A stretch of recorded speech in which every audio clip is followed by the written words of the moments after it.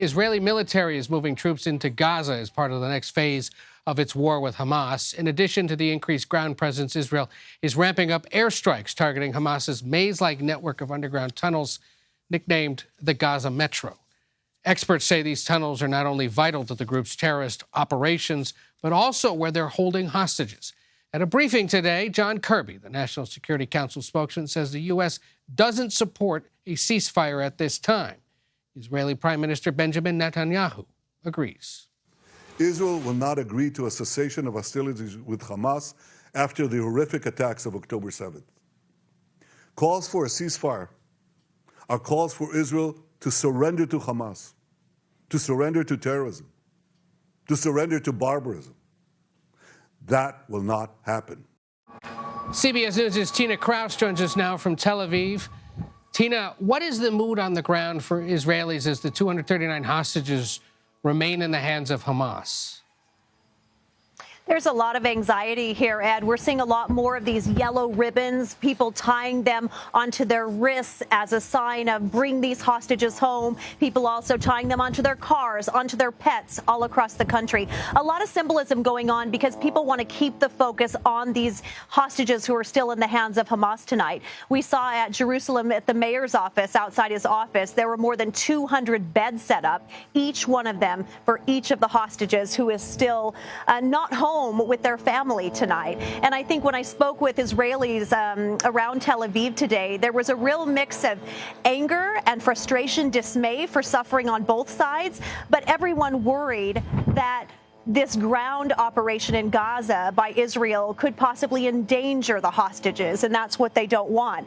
But Prime Minister Benjamin Netanyahu saying tonight with the release of the Israeli soldier overnight, he says that it's proof this ground operation is working and that they can keep the pressure on Hamas. He says there may be more hostages brought out. It's an incredible visual outside the mayor's office there in Jerusalem. There was a hostage video released by Hamas today. What do we know about it?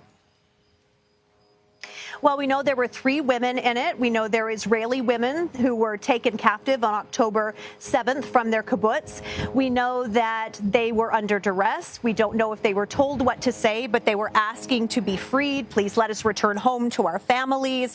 They said that this video, that they had been held captive for 23 days now, which suggests perhaps it could have been shot yesterday. But again, we don't have proof of when this was taken and of what's happening with these hostages tonight, if they are indeed safe. But Israeli Prime Minister Benjamin Netanyahu was quick to dismiss it as cruel psychological propaganda. He said all Israeli hearts are with these women and indeed with the more than 200 others still in the hands of Hamas tonight. And we're hearing about more clashes between Israeli forces and Palestinians in the West Bank. What can you tell us about that? Yeah, and in the occupied West Bank, we have seen 5 more Palestinians killed in clashes with Israeli forces, according to the Palestinian Health Ministry. Another Palestinian died. He was involved in a shooting with a settler last week, and he has now died. In the town of Jenin, 4 more Palestinians killed. This was as bulldozers went in for a raid. So since the October 7th attack now, we have seen Israeli forces and settlers have killed 122 Palestinians. That's according to the Palestinian Health Ministry. So a lot of tension there. While all the eyes are on Gaza, there is still a lot going on here in the West Bank and a lot of people feeling scared for their safety tonight. Well, Tina Kraus, CBS News in Tel Aviv for us tonight. Thank you, and thank your team.